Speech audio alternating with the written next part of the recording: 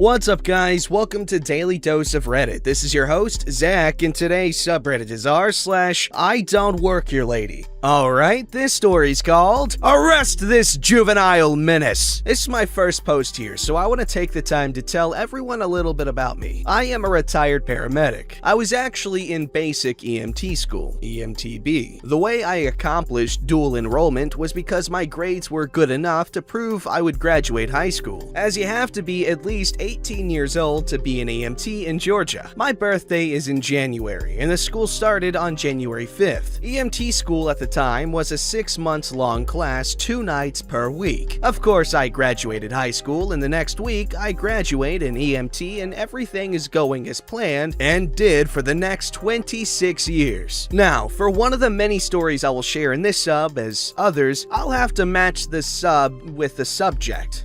Oh, the wording is so weird. I just awoken after my grand total of 4 hours of sleep from my 24-hour shift of work. Need I even mention that I wanted to go home? But first, I had to make a stop at People of Walmart store, as I am 99% positive my local Wally World is where that title was coined from. Heck, while on shift, we'd make stops in there after midnight just to see the finest of fine store patrons, to have a contest to see how many of our local city's finest was actually sober enough to stay between the aisles without taking out the pyramids of canned goods at the end of each one. We even wanted to just see how many females could fit a pair of yoga pants on, and see just how many camel toes was possible in one pair of pants. I think 6 was the record.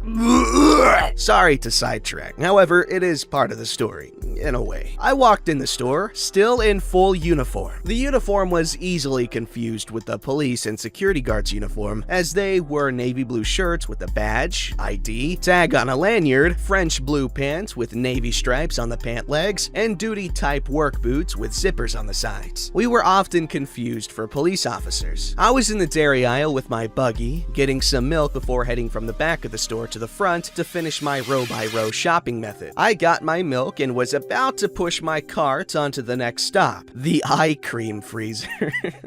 The ice cream freezer. Then, the expectedly unexpected, if that makes sense, occurs. The start of the Queen Karen of blue hair story is like this. Now, before she made it to my aisle, I have to admit, I did hear some arguing the next aisle over and muffled yet still audible speech about, "Get me that bag off the top shelf." Then, in a more demanding, "I told you to just simply get that bag for me, and you get it, and I am not asking so nicely again." Now, what sounded like 2 younger boys mentioned to one another, "Who does this old geezer think she is?" Then a response from the other boy, "Have these blue hairs forgotten how to ask?" "Yeah, bro. All the old bimbo had to do was ask." I suppose they intentionally said it loud enough for her to hear, and here we go. Y'all, forgive me as I usually type with a southern drawl, as well being from a very rural area of the West Georgia area. I hear none other than the Karen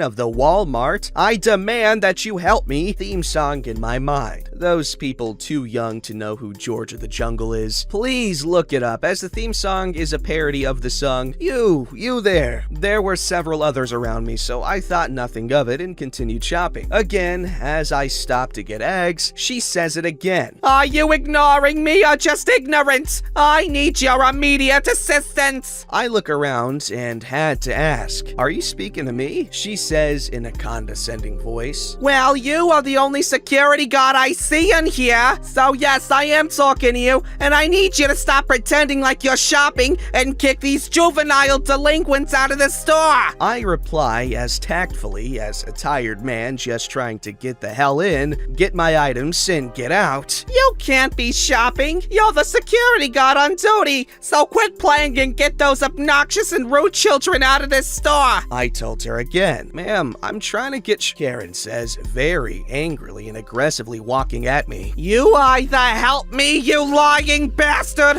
or I will have you fired and banned from any job in security you will ever—" Things went downhill as rapidly as Clinton's pants under the Oval Office desk from here on out. My sleep-deprived and normally calm, cool, and collected demeanor was spent. I'd had enough. My parents have never spoken to me this way, and I was actually taught not to do what I was about to do. So forgive me me mom and dad. I told her, with my deep, resonant daddy voice, as my wife calls it, "I do not work here, woman! I have tried on 3 prior occasions, but you keep running your mouth and never allow me to—" She attempts to interrupt, but I stop her. She starts with, "No, you wait." I throw a hand right up about 6 inches from her face and say, "See? There you go again. I suppose you were gonna say you've never been spoken to that way. So consider this the first truth that others have been afraid to do. Again, I do not work here. I just got off my 24 hours and drove 35 minutes here from a long night of dealing with Karens with far more issues than the issues you want me to assist you with. And I'll be damned if I'm gonna put up with it from you for free. I barely get paid enough to deal with it while on duty. Why don't you find an actual security guard here? I'm a medical professional. You have them assist you with whatever irrelevant cause to have in your twisted panties at the present time.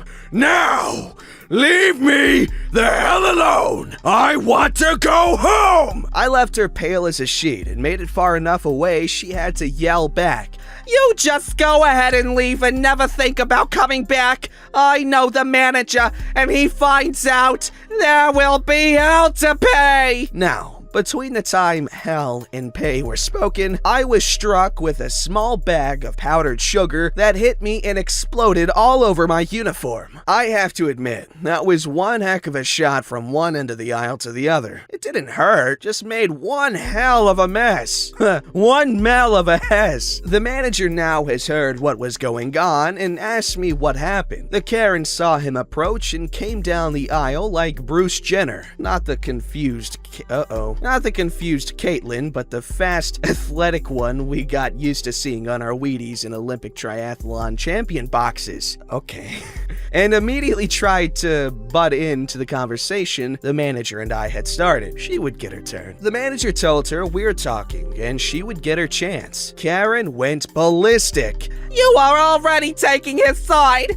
He assaulted me, as well as the other 2 hoodlums that harassed me and made fun of me for being old, when all I wanted was help. Now your security guy was very rude to me, and I demand that he is fired, and he never gets a job in security again." The manager let her speak, and we did not interrupt her. And then I gave my side of the story. I pretty much told him everything I overheard later today to the boys, and then how she began to be so rude to me even after I told her multiple times, or tried to when I could get a word in edgewise, that I did not even work there. I told him he may want to check the security footage because if she touched those young boys in any way, as well as her hitting me with the powdered sugar, that I want assault charges pressed upon her. By this time, she's trying to make her way out of the store, but the manager radioed the true security and had them stop her until law enforcement could arrive. When I made it to the front, she was being put in handcuffs. She was still crying and with her quivering voice was still being Karen when she yelled to me, "My husband is the local mega church pastor, and I promise you, he will make sure all of you rude liars burn in hell after the way I was treated." Labor to say, I am a Christian, and I know that I am saved by grace through Jesus Christ. And there's nothing her husband can do to have that taken away from me. However, it is not in God's word that those that bear false witness have broken at least one of the 10 commandments. Not only that, well, that doesn't take what? But the day she goes before a secular judge and see how many of those 10 commandments are commuting into years. It's a really good story.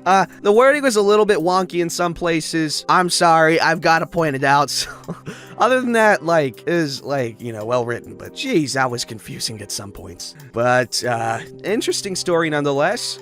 Interesting story. Alright, this story is called Crazy Karen Somehow Mistakes a 14-year-old for a Bartender. Hello, obligatory mobile warning, first time posting, so let me know if I do anything wrong. I was thinking about this yesterday and decided it might be good to post on this sub. Also, this happened a few years ago, so hopefully I remember everything right. Here's the cast, there's me, Karen, Karen? My dad. My dad used to own an ice rink where we lived. The ice rink had a bar and a pretty big lobby that was really long. Think about 30 feet or 10 meters. I liked to go behind the bar and was allowed to since my dad owned the rink, and I would get lemonade and occasionally get some for my friends too without charging them. One day I was behind the bar just getting some lemonade like I normally did. While my back was turned to the bar, I heard somebody sort of clearing their throat as if to get my attention. I didn't pay any mind to it, assuming they were trying to get the actual bartender, Mary's, attention. After I finished filling up my lemonade, I turned around and saw this lady. She looked unhappy, and I immediately got nervous. I have social anxiety, and I tend to clam up around adults I don't know, especially when I was younger. Then this exchange happened. Excuse me, but I've been trying to order drinks and you have been ignoring me. Ma'am, I didn't know you were talking to me. I don't work here. I'm only behind the bar because I need 2 lemonades, a Sprite, a Budweiser, and a Coors Light. Ma'am, for the last time, I don't work here. I'm 14. Please go see the actual bartender Mary and order your drinks. She's starting to get mad. Then why are you behind the bar? Are you trying to steal drinks? No, ma'am. I've been trying to tell you. My dad...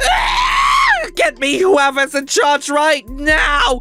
You are behaving absolutely unacceptably and not getting me my drinks. At this point, I was on the verge of tears. Fortunately, my dad happened to be in his little office near the bar, which was more like a booth, and I could go get him. I told him what happened in a few brief words, and he actually knew who I was talking about. Apparently, he had kicked out the same lady a few weeks before for abusing Mary. My dad stood up and walked over to this woman. He's about 6.5 feet tall and weighs 210 pounds, so he was pretty intimidating. This lady couldn't have been more than 5'2" and maybe 130 pounds. So when my dad walked over to this lady, you could see a little bit of apprehension on this lady's face. She was trying to maintain her bluster, but I could also tell she didn't want to be anywhere near my dad. Hello? Is there a problem? Yes! Are you the manager here? This bartender's absolutely awful and refusing to serve me drinks. Ma'am, I am the owner of this building, and that is my daughter. She is 14 and is not a bartender. There happened to be a framed newspaper with my dad on the front cover for buying the ice rink right where we were standing, which Karen saw. The color immediately drained out of her face, but for whatever reason, she still tried to throw a fit. Well, she should have still served me drinks. I didn't know she was 14. Karen says something really stupid here. You should give me free skating passes for my trouble. How Karen didn't know I wasn't a bartender is a mystery to me. I was a little bit tall for my age, around 5'6", but the oldest you could have mistaken me for was maybe 16. I had freaking braces, for crying out loud. My dad was getting pretty angry right now, and he was tired of dealing with this lady. Actually, aren't you the lady who got thrown out a few weeks ago for being rude to the actual bartender? Because you have been abusing the staff here. You need to leave now, and you are banned from the building as well. But I didn't know! You can't ban me! You have no right! Actually, I do. Now get out before I either have to remove you myself, or leave before I call the police to file a report for harassment. At this point, Karen realizes he wasn't actually kidding and thankfully left. My dad made sure I was okay, and I got some more lemonade. Anyway, thanks for reading about my Karen encounter. I hope you like it. That sounds like a really cool place to grow up as a kid.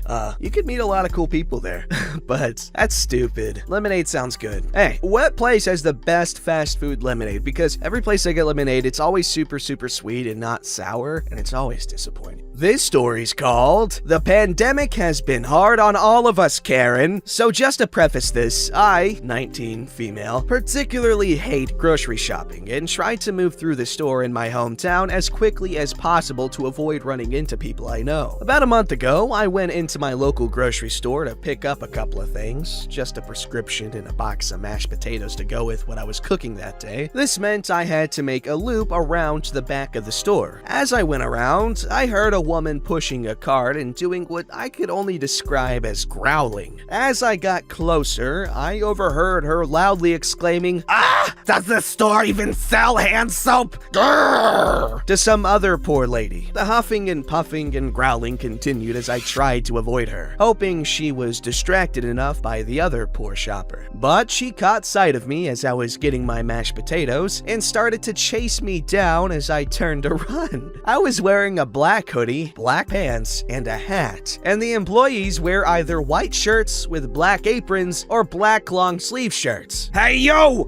work here, right? Where's the damn hand soap?" I froze in my tracks. Sorry, I don't— How are you out of soap in a pandemic? "Don't work here" is all I could muster as I picked up the pace away from this lady who to this day is probably still in a frenzy looking for hand soap. By the noises she was making, you would have thought hand soap was the cure for lycanthropy. I don't remember if it was a full moon. I bet she would have killed me for the last bottle of Dial Gold heroin.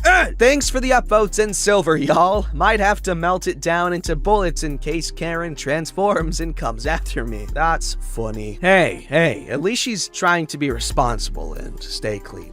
Don't forget to like, subscribe, and hit that bell to never miss an episode.